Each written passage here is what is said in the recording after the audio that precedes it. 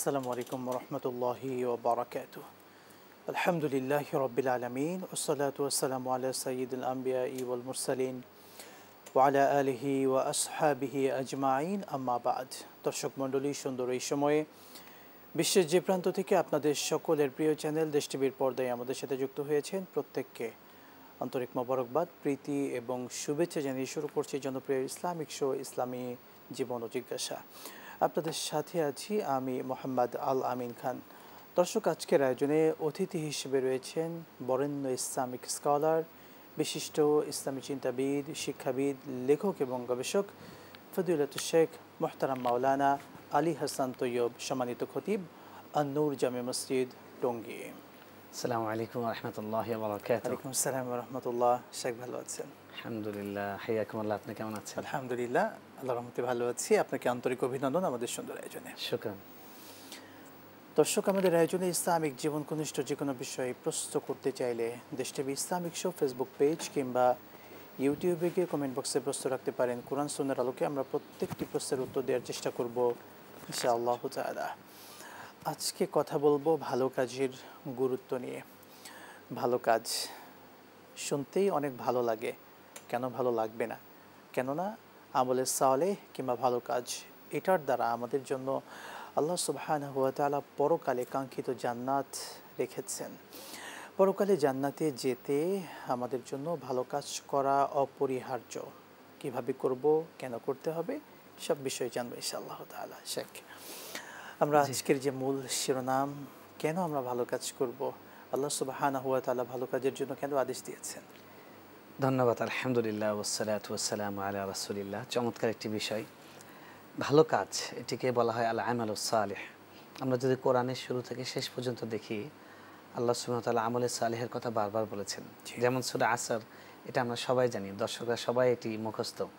আল্লাহ সেখানে বলেছেন ওয়াল আসর, সমস্ত মানুষ ক্ষতি, ইন্নাল ইনসানা লাফি খুসর, সব মানুষ ক্ষতির মধ্যে আছে, শুধু তারাই ক্ষতির মধ্যে নেই, লাভবান অবস্থায় আছে, ইল্লাল্লাযীনা আমানু ওয়া আমিলুস সালিহাত, যারা ঈমান এনেছে এবং আমলে সালেহ ভালো কাজ করছে তারা। এবং আল্লাহ রাব্বুল আলামিন সূরা কাহফের মধ্যে আল্লাহ বলেছেন ইন্নাল্লাযীনা আমানু ওয়া আমিলুস সালিহাতি কানাত লাহুম জান্নাতুল ফিরদাউসি নুজুলা, যারা ঈমান এনেছে এবং ভালো কাজ করেছে তাদের জন্য জান্নাতুল ফিরদাউস অভ্যর্থনা জানাবার জন্য রেডি হয়ে আছে। তো জান্নাত লাভ করার জন্য ভালো কাজ, আল্লাহর প্রিয় হওয়ার জন্য আল্লাহ সুবহানাহু ওয়া তাআলা বলেছেন যে সূরা মারইয়ামের মধ্যে সায়াজআলু লাহুমুর রাহমানু বুদ্দা ইন্নাল্লাযীনা আমানু ওয়া আমিলুস সালিহাত, যারা ঈমান আনে এবং ভালো কাজ করে আল্লাহ তাকে প্রিয় বানিয়ে নেন। আল্লাহর প্রিয়তা, আল্লাহর নৈকট্য, আল্লাহর ভালোবাসা, এটা পাওয়ার জন্য ভালো কাজ করতে হবে। তবে একটা কথা আমাদের মনে রাখতে হবে, ভালো কাজের প্রত্যেকটা আয়াতেই ভালো কাজের আগে শর্ত আছে, আমানু, ঈমান। ঈমানের পরে যদি মানুষ ভালো কাজ করে ঈমান সহ, তাহলে সেটা তার পরকালে কাজে আসবে। এছাড়া যদি ঈমানবিহীন কাজ করে ভালো কাজ, সেটা পরকালে কাজে আসবে না, তার দুনিয়াতে কাজে আসবে। আল্লাহ সুবহানাহু ওয়া তাআলা ইনসাফওয়ালা, তিনি দুনিয়াতেই এটার বিনিময়ে তাকে কিছু বেনিফিট দেবেন। হয়তো দেখা যাবে তার হায়াত বাড়িয়ে দেবেন, তাকে সুস্থ রাখবেন, তার সন্তানাদির মধ্যে বারাকা দিবেন, সম্পদের মধ্যে বারাকা দিবেন। দুনিয়ার ভালো কাজের মাধ্যমে আল্লাহ দুনিয়ায় উপকার দিবেন। কিন্তু আখিরাতে কল্যাণ লাভ করার জন্য এবং দুনিয়াতে বারাকা পাওয়ার জন্য ঈমান শর্ত। যেমন ধরুন, এক যদি বাম পাশে থাকে আর তারপরে ডান পাশে শূন্য যোগ হতে থাকে, তাহলে কিন্তু শুধু বাড়ে, 10 হয়, 100 হয়, 1000 হয়, 10,000 হয়, লাখ হয়, কোটি হয়, মিলিয়ন বিলিয়ন হয়। তো এই জিরোগুলো হলো প্রত্যেকটা হলো একের পরে বসা আমলের ডিজিজ। তো সুতরাং আমাদেরকে ঈমানটা আগে ঠিক করতে হবে। যদি কেউ ঈমান না থাকে কিংবা ঈমান এনেছে পরে শিরিক করেছে আল্লাহর সঙ্গে, ফাকাদ হাবিতা আমালু, তার অতীতে সব আমল চলে নষ্ট হয়ে যাবে। ঈমান এনেছে, ইসলাম থেকে বের হয়ে যাওয়ার মতো কোনো কাজ করেছে, তাহলে তার অতীতের আমলগুলো নষ্ট হয়ে যাবে। এজন্য ভালো কাজ, ইসলামের মূল কথাটা হলো ভালো কাজ। ইসলামে একজন মানুষ ইসলাম গ্রহণ করবে, একজন মানুষ আখিরাতে বিশ্বাস করে, সে ভালো কাজ করবে না, এটা হতে পারে না। আল্লাহ রাসূল সাল্লাল্লাহু আলাইহি ওয়াসাল্লাম এমনকি বলেছেন আদ-দীন আন-নাসিহা, দিন হলো কি, ইসলাম কি? ইসলাম হলো ভালো চিন্তা করা, মানুষের জন্য ভালো কামনা করা। তো এটাই ইসলাম। এরপরে মানুষের জন্য কল্যাণ সাধন করা, সেটা ইসলামের মৌলিক একটা শিক্ষা। আল্লাহ রাসূল সাল্লাল্লাহু আলাইহি ওয়াসাল্লাম বলছেন আহাব্বুন-নাস আনফাউন-নাস, যারা মানুষের বেশি ভালো কাজ করে, মানুষের বেশি উপকার করে, তারা হলো সবচেয়ে ভালো মানুষ। তো সুতরাং ভালো কাজ করার চেষ্টা, একজন ইমানদারের বৈশিষ্ট্য, তিনি সবসময় ভালো চিন্তা করবেন, ভালো কাজ করবেন, ভালো কথা বলবেন। ওয়াকুলু লিন-নাসি হুসনা, ভালো কথা বলা, ভালো চিন্তা করা। ইসলামের পুরোটাই, ইসলামে কিন্তু চিন্তা করা, কথা বলা, এগুলোও ভালো কাজের অন্তর্ভুক্ত, আমলে সালেহের অন্তর্ভুক্ত। কারণ আপনি ভালো চিন্তা করছেন, ভালো নিয়ত করেছেন, ইভেন যে আমার যদি টাকা হয় তাহলে আমি একটা এতিমখানা করব, এটাও কিন্তু একটা ইসলামের দৃষ্টিতে ভালো কাজ, আমলে সালেহ। সুবহানাল্লাহ। তো সুতরাং আমরা বুঝতে পারছি যে ইসলাম এমন সুন্দর একটি জীবন ব্যবস্থা, যে এই জীবন ব্যবস্থায় যা করবেন সেটাকে ভালো করে করার কথা বলে, আর সেটাকে ইবাদতে কনভার্ট করে। রাসূল সাল্লাল্লাহু আলাইহি ওয়াসাল্লাম একটা হাদিসে সাহাবীদেরকে বললেন যে তোমাদের প্রত্যেকটা কাজের মধ্যেই সাদাকা আছে। সাহাবীরা বললেন কীরকম? তিনি বললেন যে তোমরা একটা মানুষের বোঝা তুলতে পারছে না, গিয়ে হেল্প করলে; একটা মানুষ পথ চিনছে না, তাকে পথ চিনিয়ে দিলে; একটা মানুষের সঙ্গে ওয়ান তালকা আখাকা বিওয়াজহিন তালিকিন সাদাকা, একটা মানুষের সঙ্গে, একজন ভাইয়ের সঙ্গে হাসি মুখে কথা বলা, সেটাও সাদাকা। আল্লাহু আকবার। তো ইসলাম এরকমভাবে আমাদের প্রত্যেকটা কাজকে ভালো বানায়। এমনকি স্ত্রীর সঙ্গে ওয়াফি বুদআই আহাদিকুম সাদাকা, স্ত্রীর সঙ্গে যে আমরা একান্ত সময় কাটাই, সেটাও কিন্তু সাদাকা, কারণ সেটাও ভালো কাজ। এটার মাধ্যমে দাম্পত্য জীবন মধুর হয়, এটার মাধ্যমে সন্তান জন্ম হয়, এটার মাধ্যমে পারিবারিক বন্ধন মানে স্ট্রং হয়। এমনকি আমাদের ফিকহের ইমামরা লিখেছেন, একটা মানুষ একা একা নফল নামাজ পড়লো 20 রাকাত, সেটা না করে ওই সময়টা যদি তিনি স্ত্রীকে দেন, সেটা আল্লাহর কাছে বেশি প্রিয়। সুবহানাল্লাহ। ইসলাম আমাদেরকে ভালো কাজে কিভাবে উদ্বুদ্ধ করে। আপনি রাস্তা থেকে কষ্টদায়ক বস্তু সরিয়ে ফেলবেন, এটাও সাদাকা, এটাও ভালো কাজ। মানে আপনি যে কোনো অবস্থায় আছেন। সাহাবা কেরাম বললেন, ইয়া রাসূলুল্লাহ সাল্লাল্লাহু আলাইহি ওয়াসাল্লাম, যাহাবা আহলাদ দুসুর, যারা ধনী লোক তারা তো অনেক টাকা পয়সা দান করছে, সওয়াব পাচ্ছে, আমাদের তো এত টাকা নাই, আমরা দানও করতে পারছি না। তখন রাসূল সাল্লাল্লাহু আলাইহি ওয়াসাল্লাম বললেন, দেখো, দেহের প্রত্যেকটা জরায় জরায় সাদাকা করা দরকার, আর সাদাকার অনেক প্রকার আছে। তারপরে এগুলো তিনি বললেন, মানুষের উপকার করা, মানুষের সাথে হাসি মুখে কথা বলা, মানুষকে পথ চিনিয়ে দেওয়া। আমরা ফেসবুকে দেখা গেছে যে একটা লোক হারিয়ে গেছে, সেই পোস্টটা আমি শেয়ার করে দিলাম যে এটাও একটা ভালো কাজ করলাম। আদ-দাল্লু আলাল খায়রি কাফাইলি, ভালো কাজ যখন করতে মানুষকে উদ্বুদ্ধ করছেন, এটাও একটা ভালো কাজ, ভালো কাজের অন্তর্ভুক্ত। আপনি নিজে কিছুই করতে পারছেন না, কিন্তু আপনি মানুষকে ভালো কথা বললেন, এটাও একটা ভালো কাজ। ভালো চিন্তা তার ভিতর জারিত করলেন, এটাও একটা ভালো কাজ। ভালো একটা আলোচনা শুনেছেন, একজন আলিমের ভালো আলোচনা শুনেছেন, সেটা আপনি শেয়ার করে দিলেন যে না, এটা শুনলে কিন্তু আমাদের এখন অস্থির সমাজ, এখানে অনেক শান্তি ফিরে আসবে। এই যে এটা একটা ভালো কাজ হয়ে গেল। মানে ভালো চিন্তা থেকে যতগুলো কাজ করা হবে, একটা শুধু সত্য যে আল্লাহকে খুশি করার জন্য, তাহলে সেটাই ভালো কাজ হবে এবং সেটার বিনিময়ে আল্লাহ সওয়াব দান করবেন। চমৎকার বলছেন। সত্যিকার অর্থেই আমরা এই ভালো কাজের জন্যই তো আল্লাহ আমাদেরকে বানিয়েছেন। সঠিক। যত ভালো কাজ করব, রবের তত নৈকট্য লাভ করব, এবং আমাদের ঘরে, আমাদের পরিবারের জীবনে কিন্তু বারাকা আসবে, জীবনে শান্তি, বারাকা আসবে। অনেক ধন্যবাদ। আমরা কিছু দর্শকদের প্রশ্ন নিচ্ছি। আমাদেরকে সলিহা খাতুন নামে প্রশ্ন লিখেছেন একজন। আমি এক ব্যক্তিকে ৮০,০০০ টাকা কর্জে দিয়েছিলাম, সে আজকে দেবে বা কালকে দেবে বলে বহুদিন কালক্ষেপণ করছে। এখন আমি এই টাকা উক্ত ব্যক্তিকে কি জাকাত হিসেবে দান করতে পারবো, অর্থাৎ মাইনাস করতে পারবো কিনা? প্রশ্ন হচ্ছে, পাওনা টাকা জাকাতের নিয়াতে মাফ করে দিলে জাকাত আদায় হবে কিনা? জি, ধন্যবাদ। তার মানে প্রশ্নটা দেখা যাচ্ছে যে তিনি যখন দিয়েছেন তাকে কিন্তু ঋণ হিসেবে দিয়েছেন, তিনি তাকে ডোনেশন হিসেবে দেননি, তিনি তাকে তখন লোন হিসেবে দিয়েছেন। আর জাকাতের ব্যাপারে নিয়ম হলো যে জাকাতের মানে অন্য সব দানের থেকে জাকাতের একটা পার্থক্য আছে। পার্থক্যটা হলো সেটা তামলিকুল মাল, আপনি যাকে দিচ্ছেন তাকে ওই সম্পদের পূর্ণ মালিকানা দান করতে হবে, তিনি যা ইচ্ছে তাই করতে পারবেন। এই কারণে এমনকি এটা বলা হয় যে আমরা অনেক সময় জাকাত দিয়ে অনেক ধরনের উদ্যোগ নেই সামাজিকভাবে বা সাংগঠনিকভাবে, আমরা এমনকি এটাও বলা হয় যে এটাও অনুত্তম, কারণ তাকে সরাসরি মালিক বানিয়ে দেয়, উনি টাকা যা ইচ্ছে তাই করতে পারবেন, পরিপূর্ণ মালিকানা প্রতিষ্ঠিত হবে। তো এখন একটা মানুষকে আপনি ঋণ হিসেবে দিয়েছেন, তখন কিন্তু তিনি ওই টাকার মালিক হননি, ওই টাকা তিনি ঋণ বাবদ নিয়েছেন, আপনাকে ফেরত দিবেন। তো আপনি তো তাকে তামলিক করেননি, মালিকানা বানিয়ে দেননি। সে কারণে আপনার ঋণ যেইটা আপনি তার কাছ থেকে পাবেন, সেটা তিনি জাকাতের উপযুক্ত হলেও তাকে জাকাত বাবদ আপনি সেখান থেকে মাইনাস করতে পারবেন না। আপনি তার কাছ থেকে সেটা উসুল করবেন, করে আপনি তাকে জাকাত দিয়ে দিবেন। যদি এমন হয় যে তিনি কোনোভাবে দিতে পারছেন না, আপনি সেটা অন্য কারো মাধ্যমে বুদ্ধি করতে পারেন, একটু টেকনিক করতে পারেন, যে তাকে বলেন যে তুমি ওই পরিমাণ টাকা কারো থেকে ঋণ নাও, ঋণ নিয়ে আমাকে পরিশোধ করো, তারপরে আমার একটা তোমার জন্য বিশেষ বরাদ্দ আছে, তারপর আপনি টাকা ফেরত পাবেন, এখন আপনি জাকাত হিসেবে দেবেন। এটা হলো সবচেয়ে বিশুদ্ধ পন্থা। চমৎকার একটা পন্থা বলেছেন। আমরা সত্যিকার অর্থে এই পন্থা অবলম্বন করলে কিন্তু এটা হয়ে যায়। আমরা অনেকে আছি আমাদের সমাজে ঋণ নেয়ার পরে জি। সত্যি আমরা হারিয়ে যাই। দেওয়ার সামর্থ্য থাকলেও বিভিন্ন তালবাহানা করতে থাকি, দিচ্ছি না, পেছাচ্ছি, ঘোরাচ্ছি। এটা কিন্তু সত্যিকার অর্থে আমাদের উচিত না। খুবই ব্যাপারে হাদিসে অনেক কঠিন কথা বলা শক্ত হয়েছে। কথা এসেছে। মাতলুল গানি জুলমুন, আপনার ঋণ পরিশোধ করার সামর্থ্য আছে, আপনি দিচ্ছেন না, এটা হলো জুলুম। এটা প্রতারণা এবং জুলুম। আর সামর্থ্য নেই কিন্তু আপনি দিতে গিয়ে তার কাছ থেকে একটু সময় বাড়িয়ে নেবেন বা চেষ্টা করবেন, সেটা করছেন না, আপনি ঋণ খেলাফি। রাসূল সাল্লাল্লাহু আলাইহি ওয়াসাল্লাম একদিন জানাজা পড়াতে গিয়েছেন, হঠাৎ করে তিনি বললেন এই ব্যক্তির কি ঋণ আছে নাকি? বলছে মাত্র 2 দিরহাম ঋণ আছে। রাসূল সাল্লাল্লাহু আলাইহি ওয়াসাল্লাম সরে গেলেন, উনি বললেন যে তোমার ভাইয়ের জানাজা তোমরা পড়া, আমি পড়াবো না। কি শক্ত, তো কি শক্ত কথা। এবং উনি একটা হাদিসে বলেছেন যে যখন কেউ শহীদ হয় ইভেন তার সব গুনাহ মাফ হয়ে যায়, কিন্তু এই ঋণ যদি থাকে তার ঋণটা মাফ হয় না, এটা তাকে পরিশোধ করতে হবে। এই জন্য কারো থেকে পাওনাদারের ব্যাপারটা আমরা অনেক সহজ মনে করছি। এই সমাজে তো এখন মানে এটা প্রসিদ্ধ হয়ে গেছে যে আপনি ঋণ দেওয়ার সময় আপনি তার উপকার করছেন, কিন্তু দিয়ে দেওয়ার পরে আপনি এখন তার কাছে ঠেকে গেছেন, সে আপনার ফোন ধরবে না, সে আপনাকে ব্লক করে দিবে ফেসবুকে, যাতে আপনি কোনোভাবেই তাকে রিচ করতে না পারেন। এটা তো অনেক বড় জুলুম, অনেক বড় জালেম। তো এটা কোনোভাবে করা উচিত না। শুকরান জাযাকাল্লাহ। আমরা আরেকটি প্রশ্ন নিচ্ছি। আবিদা সুলতানা প্রশ্ন রেখেছেন, নারী পুরুষের নামাজের মধ্যে কোনো পার্থক্য আছে কিনা? আচ্ছা, ধন্যবাদ। দেখুন, মৌলিকভাবে পার্থক্য নেই নারী পুরুষের ক্ষেত্রে। আল্লাহ যেখানে বলেছেন সাধারণভাবে, যেমন ইল্লাল্লাযীনা আমানু ওয়া আমিলুস সালিহাত, যারা ঈমান এনেছে, সৎ কাজ করেছে, এর মধ্যে যদিও আরবি ব্যাকরণগতটা মানে পুরুষ লিঙ্গ শব্দগুলো, কিন্তু ওখানে নারী পুরুষ সবাই অন্তর্ভুক্ত, যেখানে শুধুমাত্র তাকে আলাদা করা হয়েছে। এখন রাসূল সাল্লাল্লাহু আলাইহি ওয়াসাল্লাম যখন বলছেন সাল্লু কামা রাআইতুমুনি উসাল্লি, তোমরা আমাকে যেভাবে নামাজ পড়তে দেখো সেভাবেই নামাজ পড়ো।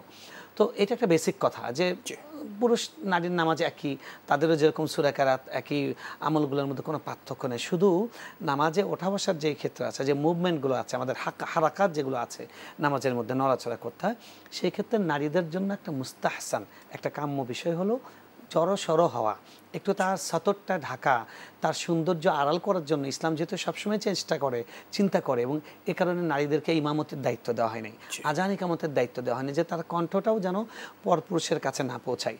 তো সেজন্য নারীদেরকে হানাফি মাযহাবে বলা হচ্ছে যে যখন তারা রুকুতে যাবেন একটু গুটিসুটি হয়ে রুকু দেবেন, যখন সিজদায় যাবেন একটু গুটিসুটি হয়ে সিজদা দিবেন। আমরা পুরুষরা আমাদের জন্য উত্তম তরিকা হলো যে আমাদের পাঁজর থেকে আমাদের বাহুটা, আর্মটা আলাদা থাকবে, নারীদেরটা আলাদা থাকবে, তারা এরকম থাকবে যাতে তাদের সৌন্দর্যটা আড়াল থাকে।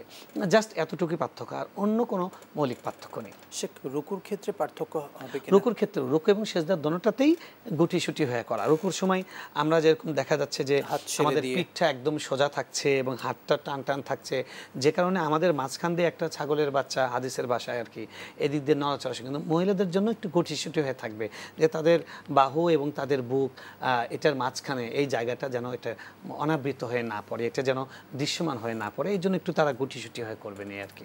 আরেকটি বিষয়, বিশেষ করে সালাতে দাঁড়ানোর ক্ষেত্রে আমরা তো পুরুষরা আমাদের যতটুকু সম্ভব সেভাবে আমরা দাঁড়াচ্ছি, যেভাবে দাঁড়াচ্ছি, কমপক্ষে চার আঙ্গুল আমরা ফাঁকা রাখি। দাঁড়ানোর ক্ষেত্রেও এই বিষয়টা আছে যে যদি আসলে কেউ 4 আঙ্গুল ফাঁকা করেও নামাজ পড়েন, তার নামাজে কোনো সমস্যা হবে না, সুন্নাহর খেলাফও হবে না, কারণ এটা তার পুরো শরীর আবৃত করে তো তাকে নামাজ পড়তে হবে সতের অংশ। কিন্তু হানাফি মাযহাবে এই জায়গাতেও একটু তাকে পর্দা করার জন্য গুটিসুটি অর্থাৎ 2 পা জড়ো করে দাঁড়াতে বলা হয়েছে, যাতে করে তার পা দূরে গেলে যে একটু কাপড় উঠে পড়ে সেটাও না হয়। সেজন্য তারা যদি পাটা কাছাকাছি রাখে তাহলে কাপড় পুরাটা একদম এরকম একদম শেষ পর্যন্ত ঢেকে থাকবে। তো সুতরাং তাহলে আমরা দেখতে পাচ্ছি যে মানে নড়াচড়ার মধ্যে 3 জায়গায়, রুকুতে, সিজদায় এবং দাঁড়ানোর ক্ষেত্রে একটু গুটিসুটি হয়ে দাঁড়ানো এটা। আর বসার ক্ষেত্রে যেটা আছে সেটা কিন্তু হাদিসে পুরুষদেরও একটা সুরত, মানে পুরুষদের যে বসার 3টা পদ্ধতি আছে তার মধ্যে একটা ওটাও আছে, আমাদের মা বোনরা যেটা করে। জি, শুকরান জাযাকাল্লাহ, আপনাকে অসংখ্য ধন্যবাদ। শুনবো বিরতির পরে আবারও ইনশাআল্লাহ। প্রিয় দর্শক মণ্ডলী, দেশ টিভির পর্দায় এই সুন্দর আয়োজনে আপনারা আরও জানবেন, দেখবেন, সঙ্গেই থাকুন। নিচ্ছে একটি ছোট্ট বিরতি।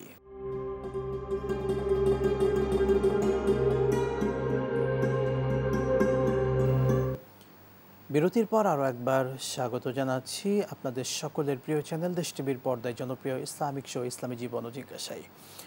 দর্শক, আমাদের আয়োজনে ইসলামিক যে কোনো বিষয়ে প্রশ্ন করতে চাইলে দেশ TV Islamic show Facebook page কিংবা ইউটিউবে গিয়ে কমেন্ট বক্সে প্রশ্ন রাখতে পারেন। কোরআন সুন্নাহর আলোকে আমরা প্রত্যেকটি প্রশ্নের উত্তর দেওয়ার চেষ্টা করব ইনশাআল্লাহ তাআলা।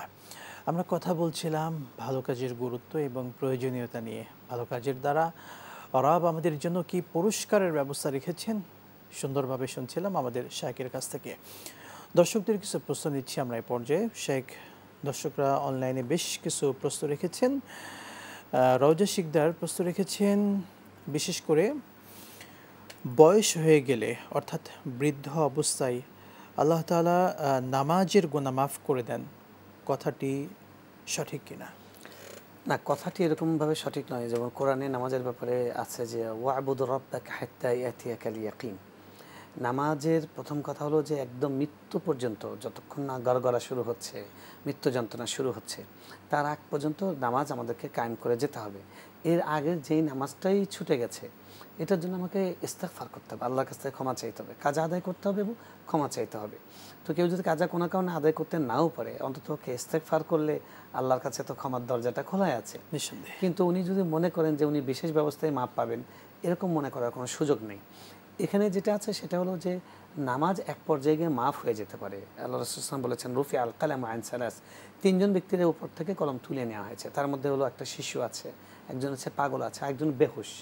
তো এখন কেউ যদি মানে অতি বার্ধক্যে এরকম পরিস্থিতিতে পৌঁছে যান যে তার আর সেন্স নেই, তিনি এখন কিছু বোঝেন না এবং তার সেন্সটা হয়তো ফেরার সম্ভাবনাও নেই, তো তার ব্যাপারে ফকিহদের এই হাদিসের আলোকে মত হলো যে তার উপর তো ফরজই হবে না, কারণ এখন মুকাল্লাফি না। যদিও অনেকে আমাদের ফিকহে হানাফিতে উদ্বুদ্ধ করা হয় যে তারা নামাজের জন্য ফিদিয়া দিতে পারে, কিন্তু রাসূল সাল্লাল্লাহু আলাইহি ওয়াসাল্লাম বলেছেন যে তিনজন ব্যক্তির উপর থেকে কলম তুলে নেওয়া হয়েছে, তার মধ্যে উনি একজন, যে তিনি অজ্ঞান অবস্থায় আছেন, সংজ্ঞাহীন অবস্থায় আছেন। অনেকে থাকে না কোমায় আছে, তারপরে ধরেন একদম আইসিইউতে আছেন, আর হয়তো সেখান থেকে ফেরার সম্ভাবনা নেই, হয়তো 5 দিন ছিলেন, 7 দিন ছিলেন। তো ওইটা আমাদের আত্মীয় স্বজনরা ফিদিয়া দিয়ে দেন, অসুবিধা নেই, সাদাকা করলে সেটা তো ভালো। ফিদিয়াটির নির্দিষ্ট কোনো পরিমাণ আছে কিনা? হ্যাঁ, ওই যে এক ওয়াক্তের জন্য একটা ফিতরা সমান আর কি, একটা ফিতরা সমান, অর্থাৎ একজন ব্যক্তির দুবেলা খাবারের সমপরিমাণ অর্থ আর কি, অর্থাৎ ফিদিয়াতুন তুআমু মিসকিন, একজন মিসকিনের খাবার আর কি পরিমাণ ফিদিয়া। তো সেটা দেখা যায় কি আমাদের দেশে এখন প্রত্যেক ওয়াক্তের জন্য, প্রত্যেক ওয়াক্তের জন্য, প্রত্যেক ওয়াক্তের জন্য। তাহলে দেখা গেল যে এখন যদি আমরা 120 টাকাও ধরি মিনিমাম, তাহলে 5 ওয়াক্তের জন্য আমার তাহলে 600 টাকা আসবে। তো সুতরাং এটা করতে পারেন, এটা সাদাকা, কিন্তু মনে রাখতে হবে আসলে হলো ইস্তেগফার। আর যদি মৃত্যুর আগে এমন অবস্থা হয় যে তিনি আর সুস্থ অবস্থায় আর ব্যাক করেন, তাহলে আল্লাহ ক্ষমা করবেন, এটা আশা করাই যায়। আমরা যারা স্বজন থাকবো, ওয়ারিস থাকবো, তারা দোয়া করব, এটা তো তার আমাদের কাছে হক যে তার জন্য ইস্তেগফার করা। যখনই কেউ মারা যান, তার জন্য সবচেয়ে বড় কাজ হলো তার জন্য ইস্তেগফার করা। শুকরান, জাযাকাল্লাহ। শেখার একটি প্রশ্ন এসেছে, সোমাইয়া নামে একজন প্রশ্ন রেখেছেন, ক্রিকেট ম্যাচ জেতার পরে মাঠে সিজদা দেওয়া হয়, এই ট্র্যাডিশন দেখা যাচ্ছে আমাদের মাঝে, ইসলাম এটিকে কিভাবে দেখছে, এটা বৈধ কিনা? আচ্ছা দেখুন, ইসলামে কোনো কিছু ইবাদত হলেও যদি ইবাদত মনে করে না করে, তাহলে কিন্তু ইবাদত হয় না। ইবাদত কবুল হওয়ার একটা শর্ত হলো আল্লাহর জন্য করতে হয়, ইন্নামাল আমালু বিন্নিয়াত। এখন সিজদা এখানে যে দেন আমাদের ভাইয়েরা, ক্রিকেটে দেন, ফুটবলেও দেন, মাইল ফলক স্পর্শ করার পরে সিজদা দেন। তো তারা সম্ভবত এই কারণে দেন যে অন্য ধর্মের লোকরা তাদের ধর্মের কোনো, যেমন যারা খ্রিস্টান আছে তারা এরকম করে ক্রুশের একটা অঙ্কন দেখান। তো ওই ভাইরাও হয়তো চিন্তা করেন যে তারা ওইটা দেখায়, আমরা একটা সিজদা দিলাম, সেটা নিয়ে আমাদের কোনো কথা নেই, কিন্তু মনে রাখতে হবে এটা ইবাদত নয়, ইবাদত মনে করে করাও যাবে না। বিকজ যে কাজটার জন্য আমরা করব সেটা তো কোনো ইবাদতের কাজ নয়। বিশেষ করে এখন যে খেলা, ইসলাম কিন্তু মৌলিকভাবে খেলার পক্ষে, শরীরচর্চার পক্ষে, কিন্তু খেলা বৈধ কাজ, সেই বৈধ কাজটা নানা আনুষঙ্গিক বিষয়ের কারণে সেটা অনেক সময় অবৈধ হয়ে যায়, যেমন জুয়া থাকে, বাজি থাকে, তখন সেটা হারাম হয়ে যায়। আমরা দেখতে পাচ্ছি। আচ্ছা, এখন যে ধরেন ইন্টারন্যাশনাল ম্যাচ যেগুলো হয়, এগুলোর মধ্যে তো এখন অনেক কিছু জড়িয়ে গেছে। এটা শুধু জুয়াবাজির ব্যাপারটা বাদই দিলাম, ধরুন এখন এটার সঙ্গে যে বিপুল পরিমাণ অপচয় হয়, ইসলাম এটাকে অ্যালাউ করে না। একটা রাষ্ট্রের নাগরিক খেতে পায় না। আর আপনি বিশ্বকাপ আয়োজন করার জন্য, কাতার বিশ্বকাপ আমরা দেখেছি প্রায় 250 জন মানুষ মারা গেছে। তো ইসলাম এগুলো একদমই, ইসলামের সুযোগটা নাই। সুতরাং এই খেলার জন্য সিজদা দেওয়া ইবাদত মনে করে এটার অবকাশ নেই। এখন কেউ যদি এটা সাংস্কৃতিকভাবে যে তারা একটা কিছু করে, আমরা একটা কিছু করলাম, সেটা আমি বলবো যে আমাকে জিজ্ঞেস করেন না, আমি কিছু বলবো না। কিন্তু যদি জিজ্ঞেস করেন যে এটা ইসলামের কিনা, তাহলে বলবো না, এটা ইসলামের নয়, এটা ইবাদত নয়। ইবাদত তো করবেন ভালো কাজের জন্য। হ্যাঁ, আপনার ছেলে পরীক্ষায় পাশ করেছে, আপনি সেজদাতুল শুকর দিচ্ছেন, এটা কিন্তু সুন্নাহ, সেজদাতুল শুকর আদায় করা। আপনি যে কোনো অবস্থায় আপনি সেজদা আদায় করতে পারবেন, সেজদাতুল শুকর আদায়, এবং বরং এটা হারিয়ে যাওয়া একটা সুন্নাহ। আমরা কিছু একটা হলে হইচই করে চিল্লাই, কথার কথা বিদ্যুৎ চলে গেছে, বিদ্যুৎ এসছে, সবাই একসাথে চিৎকার দিয়ে উঠলে স্টুডেন্টরা না, সেজদা দেন, আল্লাহ শুকরিয়া, এটা একটা হারান সুন্নাহ। কিন্তু এই সুন্নাহটা আমরা খেলার মাঠে এটাকে এভাবে না করাটাই ভালো, না করাই উচিত। আপনাকে অসংখ্য ধন্যবাদ। সত্যিকার অর্থেই আমরা এই ব্যাপারগুলোতে খুবই সতর্ক থাকা দরকার।